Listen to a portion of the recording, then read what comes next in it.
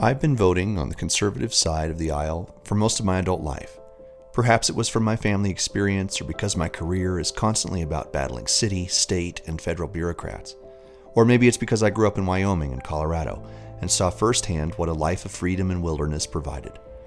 Regardless of why, the reality is that I have consistently believed that the Republican Party was the one who was fighting against the largesse of governments. In 2008, I heard Ron Paul talk, and my mind opened significantly to the idea that what has been happening was an ever-present advancement of government, regardless of party.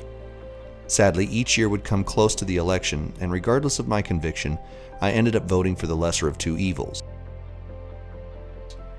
I was consistently convinced that if the other side won, I would be subjected to the advancement of the agenda I liked less. Nowhere demonstrates this line of thinking more than the Supreme Court. Every presidential election, no matter who the Republican was, I was convinced that they would pick less government-oriented justices. So if the candidate was John McCain, George Bush, Mitt Romney, or Donald Trump, the court was too important to give up the vote.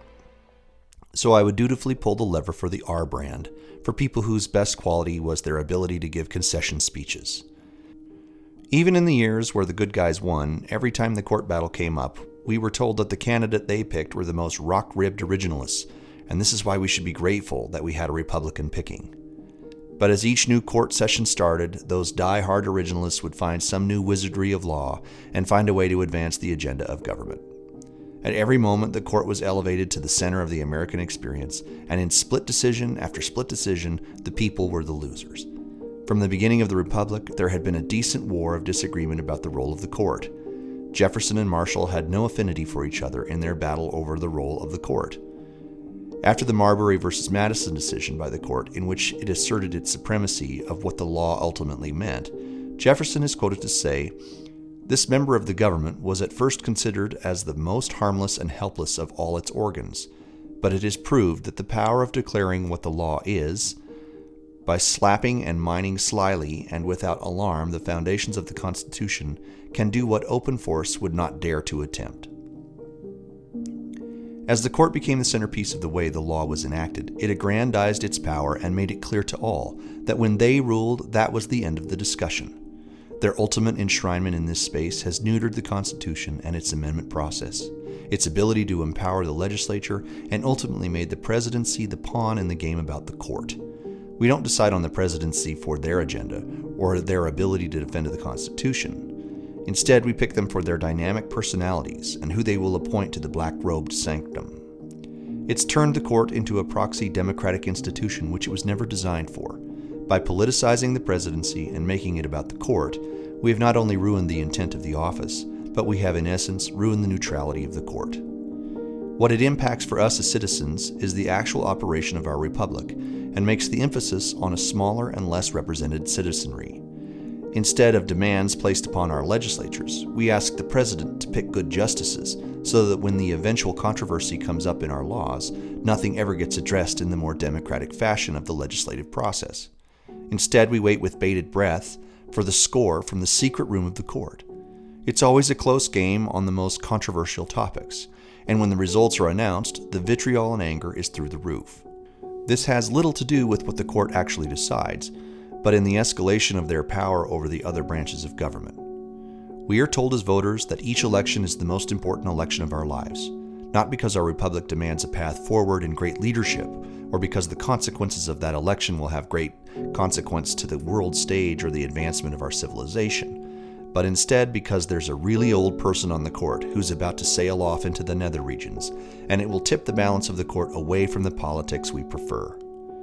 Most of us, either Democrat or Republican, dutifully march into the booth so that we will pull the lever for someone we are less than enthusiastic about.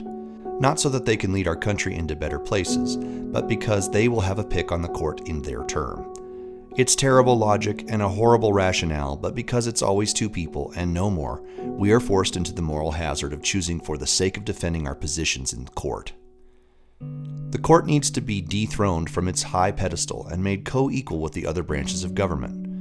When Jefferson stated his frustration with the court, raising their positions above the other branches of government, his warning words to all of us describe perfectly what the court has become. To consider the judges as the ultimate arbiters of all constitutional questions is a very dangerous doctrine indeed, and one which would place us under the despotism of oligarchy. Our judges are as honest as other men, and not more so. They have with others the same passions for party, for power, and the privilege of their core. Their maxim is good justice is broad jurisdiction, and their power the more dangerous as they are in office for life and not responsible, as the other functionaries are, to the elective control. The Constitution has erected no such single tribunal, knowing that to whatever hands confided, with the corruptions of time and party, its members would become despots. It has more wisely made all the departments co-equal and co-sovereign within themselves. The idea that we have been made to believe that there are some men and women made from better clay who should be our wise counsel of justice is wrong thinking, and has let our other branches of government off the hook for their responsibilities to the republic and democratic ideals. Interestingly, this election appears to be having a third candidate who might change the dynamic and shake us from our mesmerized trance towards voting for a party. This argument about the court has to be overcome in order for us to understand that voting for president has its own value proposition besides the vote for the court.